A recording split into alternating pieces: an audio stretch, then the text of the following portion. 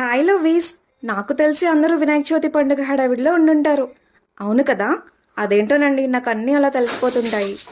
మా ఇంట్లో అయితే 1-2 రోజుల ముందే మన గణేశుడి బర్త్డే సంబరాలు స్టార్ట్ అయ్యాయి. ఇల్లు దులపడాలు, క్లీనింగ్, మాపింగ్లు, వాషింగ్లు, ఇంకా చాలా. ఈ రోజు నా హనీబీని ముస్తాబు చేస్తున్నాము. అదేనండి నా లవ్లీ బైక్.